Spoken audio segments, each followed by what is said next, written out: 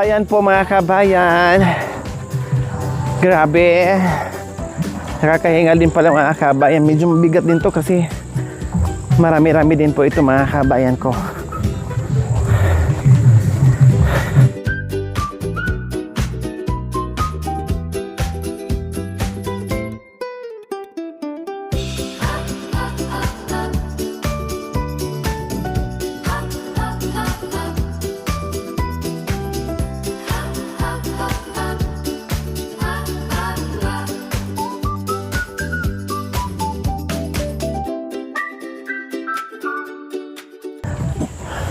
Yes, may mga dala-dala akong halaman po. Kasi palibutan natin ng halaman ang bahay ni Ate Gemma at sa'yo para lalong gumanda. Kailang sa ngayon, para hindi siya mamatay, kailangan itanim muna dyan sa saan yung mamasa-masa na lupa na malagkit-lagkit, na mamasak-masak para hindi siya mamatay. Ilipat na lang natin. Saan kaya natin pwede itong itanim? Ilipat na lang natin kapag tapos na yung bahay ni Ate Gemma at nakapag-decide na siya kung saan siya maglagay ng ano. Kasi doon sa bahay ni Ate Gemma, magtambak siya ng ano, maglagay sila ng ganyan, box. Ay, plant box. Yung plant box na ganyan, sa gilid. Para maganda. So, itanim muna natin siya. Kaya may mga hanging plant dito. Saan kayo mailagay yung mga hanging plant? Mag-cutting tayo ng yung 1.5 tapos doon lang. O kaya, ano muna? Kasi kailangan natin maraming kailangan. Si Matam. Bigyan mo ako ng kutsilyo na.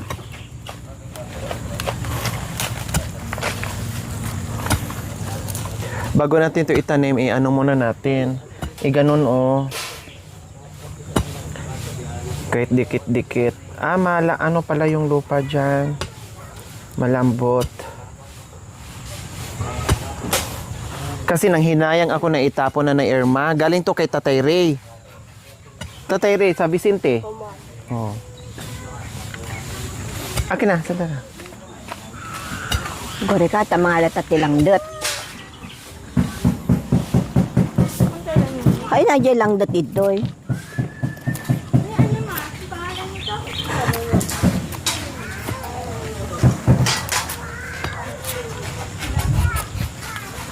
Ajay dakal nga lang dot Gima. Yan, ito pwede na dyan.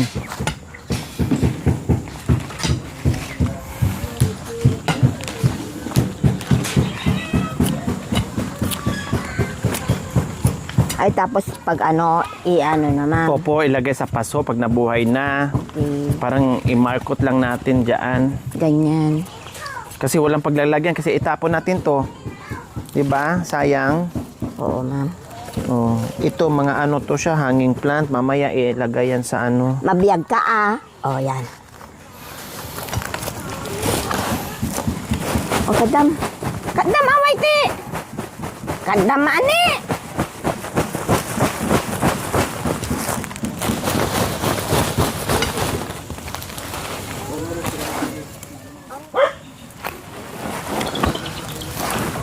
Ay. Mayroon pang pink red. Maganda yan. Hindi ko lang naasikaso doon kay Tatay Ray at hindi rin naasikaso ni Tatay Ray. Tinapon niya, may ano pa yun? Huwag na yan, hindi na yan mabuhay. Yan, ma'am. Ako Mura ay akin na. Ako magtatanim, ma'am. Ganun ko po, lagyan ko anuhan. Talulog.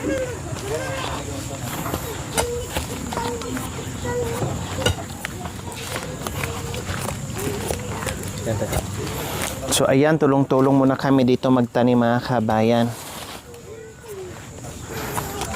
Then hindi pa kami pwedeng magtambak ng lupa diyan o gagawa ng plant box si Ate Gemma kasi ginagawa pa. Kaya dito muna temporary and then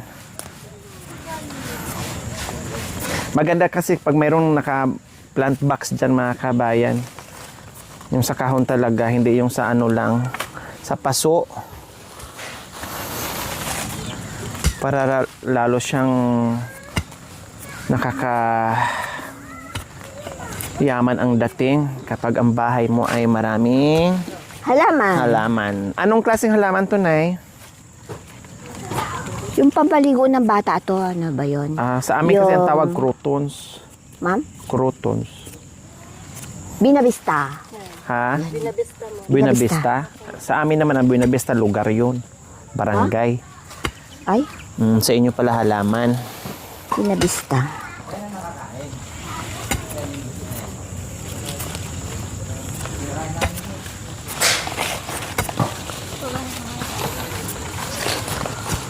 Hay, sana maano yan siya. Mabuhay kay lahat ha, please.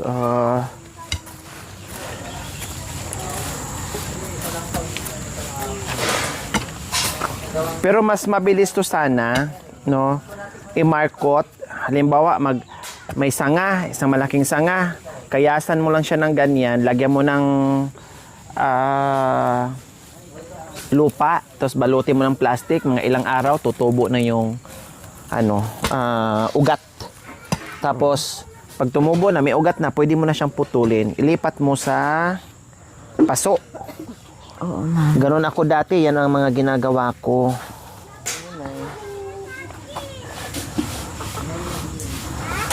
Ito itong ganito. Ma'am? Ano to sa inyong ganyan?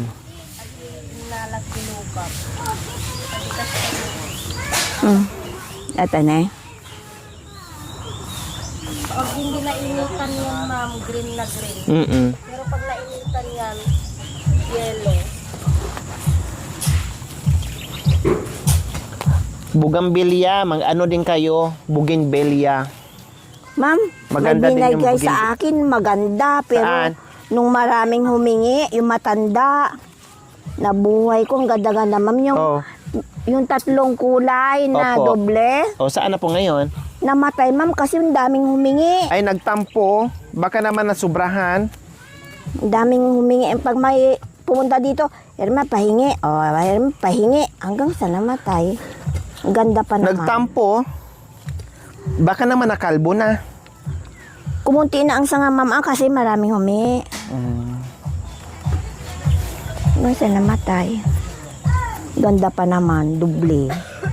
Kulay orange, red, pink.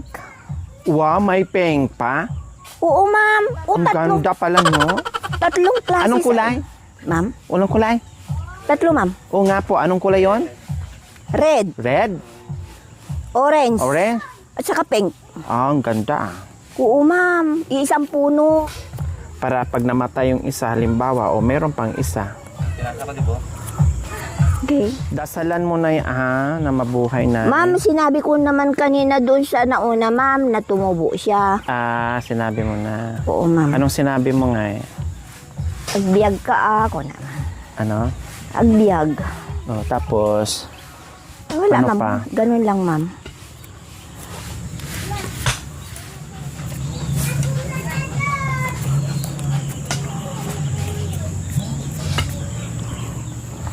kasi pag ilipat to, pag buhay lahat, pwede mo siyang isa-isahin. Di ba? Oo, ma'am. Para maganda.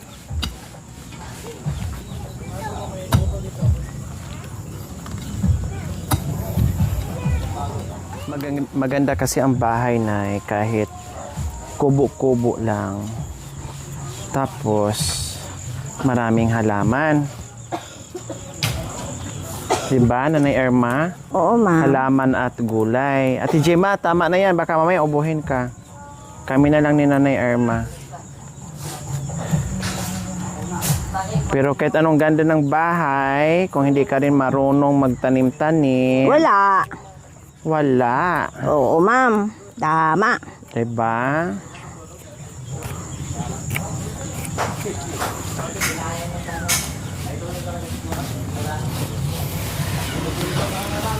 O diba? Kasi itapon ko to doon kay Tatay Ray. Kasi naglinis ako doon sa mga halaman ni Tatay Ray sa bahay niya unti-unti. Pinutulan ko kasi ulan na. Nakadapa na yung iba. Kaya pinutol ko na lang. Inayos namin kanina. Kaya dinala ko dito. Nangihinayang ako. Isama sana kita doon kay Tatay Ri. Para Bakit may na? kasama ako sana. Maglinis doon. Kailang, sabi ko, ay wag na. Baka pagod si tatay. Ay, baka pagod si Nanay Wala ako Irma kasi kanina, wala ma'am. si tatay. Pumunta ako sa school. O tapos umuwi naman din kayo. Oo, nung naiano ko na si Sandara sa kwarto niya sa Jasmine, uwi na ako, sabi ko. Kaya, yun.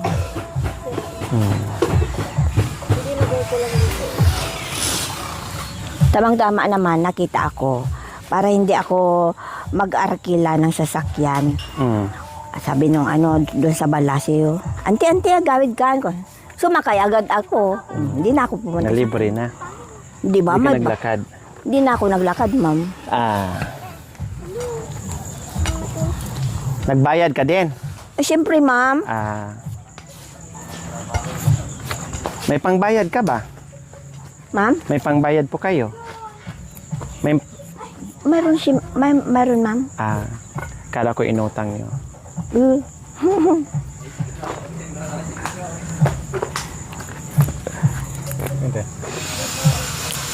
Ano yan?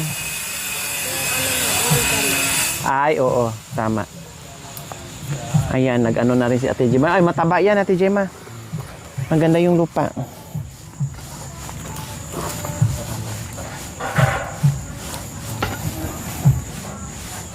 Kasi may premyo, Ate Gemma. Sa lahat ng mga nabigyan natin ng bahay, no? Pagandahin nyo at alagaan nyo ang bahay at magtanim-tanim kayo ng halaman. Ang manalo, balikan ko after 10 years, merong 100,000. Wala. Patay na ako, ma'am. Ha? Patay na ako, ma'am. Okay lang para hindi matuloy ang premyo. Sinadya ko talaga. Kasi wala din akong pampapremyo.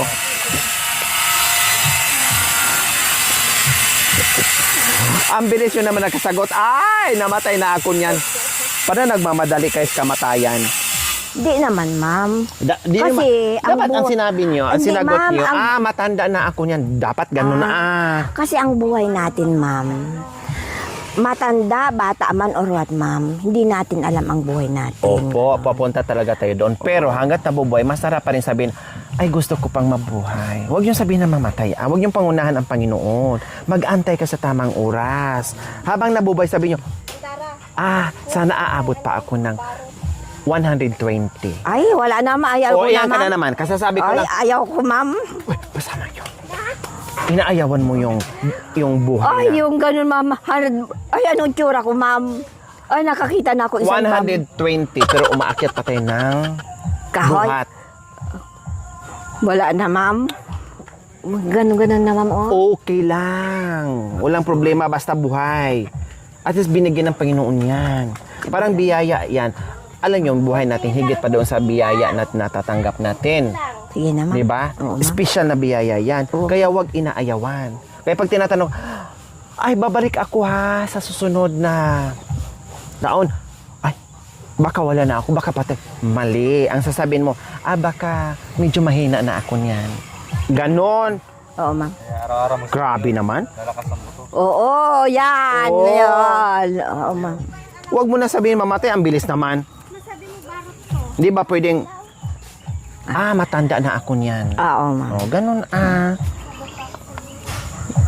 Pero kanina, sinadya ko talaga after 10 years. Kasi Wala. wala din akong pambigay. Para hindi matuloy yung... Yung Adam talaga, oo. Nakapagsabi talaga si Madam talaga, oo. Alaga naman, alaga naman, sunod buwan ka agad, 100,000? Ay, hindi, ma'am, Siyempre, kailangan bongga muna, makita ko muna ng bonggang-bongga. So, after 10 years, ang lalaki na ng mga halaman. Okay. Di ba? Oo, ma'am. Hingalaw na rin halaman after 10. Oo, talaga. Tapos pag walang tubig, hindi madiligan, sabi niya, madam, wala na. Naginingalaw na rin eh. Oo, sir. Wala na. Sigurado mabuhayan kung doon sa malalim na paso ilagay mo yan. Yung lagi bang ano? Kasi kailangan lagi naman ganito, kailangan mamasa-masa na paso laging nadidiligan. Na maitim na buhangin. Yan.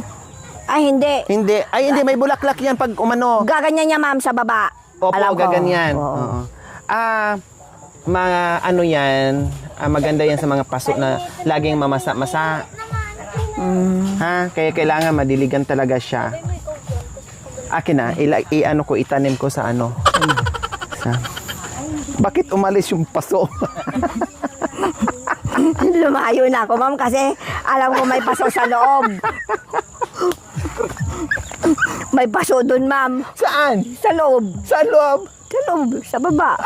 Ikaw na naman nagsabi. Ano, ma'am? Oh, di ba? Wala ko inisip, ikaw Hindi, na- ma'am, kasi akin na ako sabi mo magtatanim. Alam ko tapos? na, ma'am. May paso doon, sabi mo. Ay, wala naman akong alam na paso dito, ma'am. Maganda yung lupa doon kasi maitim. Mataba. Yun. Maganagan yun, ma'am. Oh, at least hindi siya maarawan. Ah. Nanatiling ano, nanatiling may ano ba? May dilig.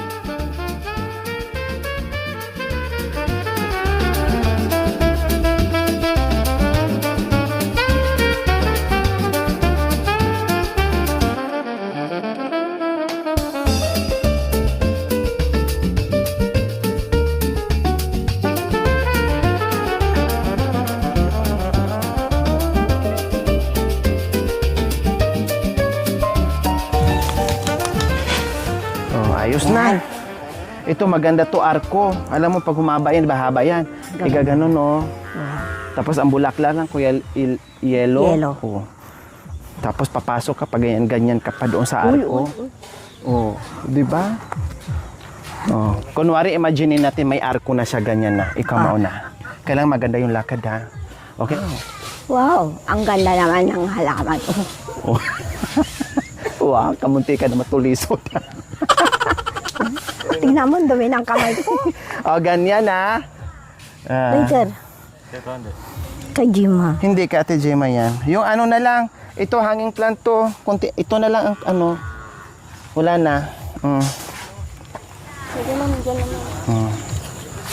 So ayan po mga kabayan, hindi na sayang at napakinabangan pa dito sa bahay ni Ate Gemma. Kaya abangan niyo po mga kabayan kasi sabi ni Ate Gemma magtatanim siya sa palibot ng kanyang bahay. Maraming salamat. Love you all.